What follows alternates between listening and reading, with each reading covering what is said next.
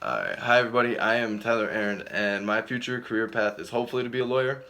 I believe that communication matters when being a lawyer because you need to be able to communicate with your client and or the police, and then from that you have to transfer it into the courtroom and communicate with your judge or jury in order to get your client or the person you are trying to accuse of a crime to be found guilty or not guilty.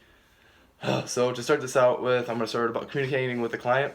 So this would be if you're a defense attorney, you have to be able to communicate with your client about setting up a defense. Is your client not guilty for ABC or X, Y, and Z? Which of those is more likely to get your client to be not guilty?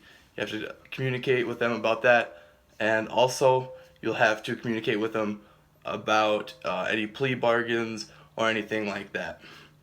The second point I have is communicating with detectives, and that's to bring evidence into the courtroom. And like, if you need a specific thing of evidence that will help your case, you communicate with the detectives, and they'll do their best to get it. They'll go back and look through their files or do whatever, because sometimes when they look through things, they don't necessarily see it if they're not looking for it. So if you communicate with them and tell them what you're looking for specifically, they might be able to go find it.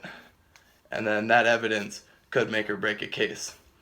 My third point is communicating with a judge and jury. And a lawyer will need to communicate with a judge and jury to see whether the defendant is innocent or guilty. So if you're prosecuting them, obviously you want them to be guilty. And if you're defending them, you obviously want them to be innocent.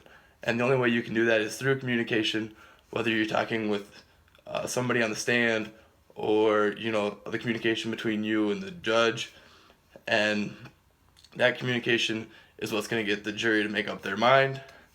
And a good lawyer will not only communicate effectively, but also listen as well as to what the other side is saying, and then will come back and counter it uh, in their own way.